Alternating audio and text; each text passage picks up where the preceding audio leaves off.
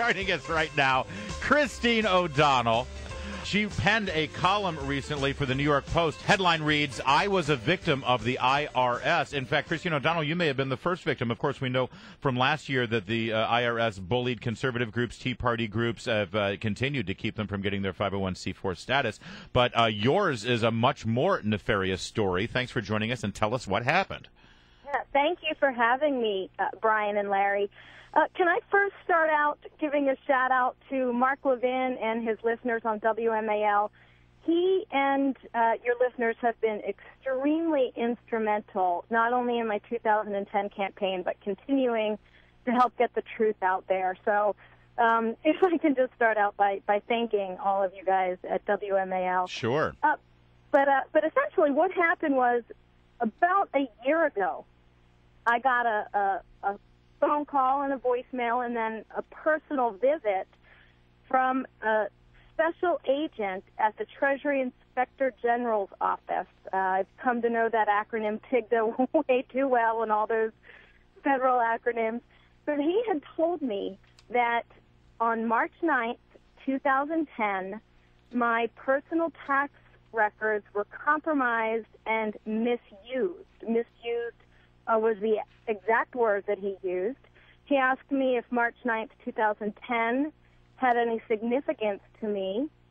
And as I thought back, I realized, wait a minute, that's the day that I announced my U.S. Senate campaign. Oh, my goodness. And interestingly enough, that was also the day there was an erroneous tax lien that was filed with Newcastle County against me on a home that I had sold 2 years prior. I didn't hear about this tax lien until reporters started asking me about it, and I was going through an audit at the time, and I kept saying, it's not a lien, I'm being audited, and there's nothing abnormal. Yes, it's taking along, and there are a lot of mistakes that keep happening, and I just kept getting frustrated that people were saying that this was a lien until finally one reporter said, I'm holding it here in my hand. But hold on. So you announced that you're running for Senate, and then the very next day, you now know somebody went at the IRS, went and looked at your records. Oh, no, the very same day. Same day. The very same day. And yes. then you have this thing, a tax lien pops up out of nowhere. All three things happened on the same day. Unbelievable. At approximately 10 o'clock, I sent out the press release announcing a press conference the next day.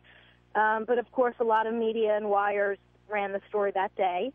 And then at about 2 o'clock, sometime that afternoon, I'm told that my IRS records are accessed. And then the lien is time-stamped with the Newcastle County Executive's office at approximately 4 p.m. Now, keep in mind, my Democratic opponent, Chris Coons, who's now Senator Coons from Delaware, yeah, was the Newcastle County executive at the time. So there are a lot of a lot of coincidences. Well, yeah, I mean, listen, obviously, and these coincidences, I mean, when you connect the dots, you see exactly what's going on here. Our guest is Christine O'Donnell, and we're talking about her very personal story about how the IRS was used directly to affect her campaign for senator. And I remember this story about the tax lien, Christine O'Donnell. I know that at Big Government, at the Breitbart sites, when I was working there, they were trying to debunk this myth, but it didn't matter. The media took it. It was out there, and when you searched Christine O'Donnell's name, it came up, and every news reporters would introduce you, and it would be part of the whole video package they would do on you. Exactly. And I have to also thank you guys at Breitbart because we had the proof. The IRS, about 2 weeks after, went, oops, it was a computer glitch. I mean, even when I first called the IRS, they kept saying, no, we never requested a tax lien. You don't have a tax lien. And it wasn't until I was like, I'm holding a faxed copy in my hand that they finally, dug a little bit more and realized, oh, it must have been a computer itch. And you guys at Breitbart were probably one of the only media outlets that actually reported on the evidence with every single person. Right, but the damage was done, Christine O'Donnell. So the question is, what can you do now? I mean, there's an obvious picture being painted here. At this point, I mean, the lines all point to some very, very serious malfeasance on behalf of the Democrats there in Delaware, and how they misuse the IRS to harm you. What can you do? Right, right. Well, there are things that we can do, but we are being stonewalled. So let me first start with the good news. The good news is that, of course, TIGTA, we have that one federal investigation. But since then, Senator Grassley and the Judiciary Committee have also opened an investigation.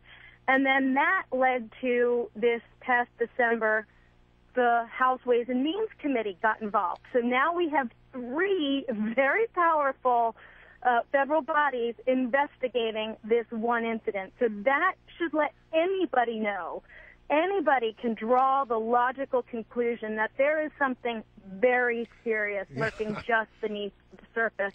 What I've also been told is that since these investigations have started, they've uncovered that at least 8 other individuals, I'm talking individuals, not groups, not saying that what happened to the groups wasn't wrong, but 8 other individuals had their tax records inappropriately accessed, 8 other than me.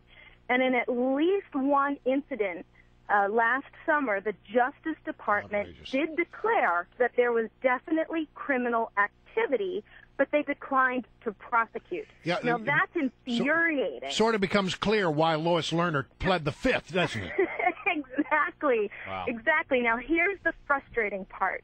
And this is where, you know, I'm hoping that public outrage becomes so loud and so forceful that these government officials who are stonewalling and everything, and especially Eric Holder, are backed into a corner, forced to do something.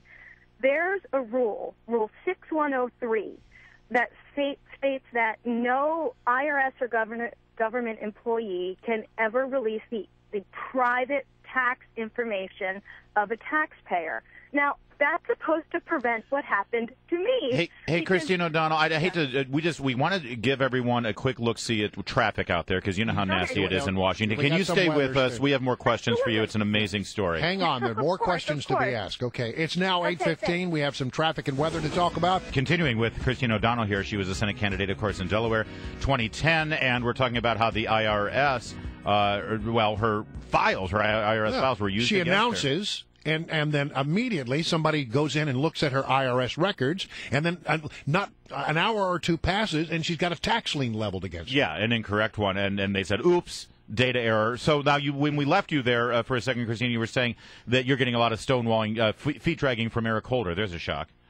Yeah, exactly. Well, there's this rule, 6103, that states that government employees can't release this confidential information on taxpayers. That's supposed to prevent what happened to me. And, of course, if they can't release it, they certainly can't tamper with it and put erroneous tax liens on people's records. So they're turning that upside down and saying that these perpetrators, the people who accessed my records and the people who accessed these other people's records, are the taxpayers, and their information has to be protected. So their criminal activity cannot be released.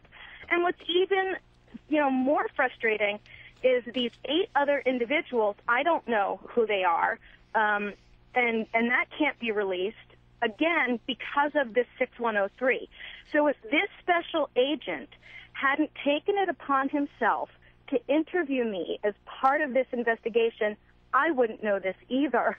And I'll tell you, I got to the point where I finally gave up on ever getting the public record set straight about this stupid tax lien and every other thing that they threw against me, and that's when the knock on the door came. And I also want to thank you, Brian and Larry, for being so diligent about this and asking these questions. The abuse of the IRS as being used as a political tool is outrageous, because it's very clear that the political folks called somebody friendly in the IRS, Lois Lerner, and said, "Hey, look, we got a problem with this Christine. What can we find out about her?"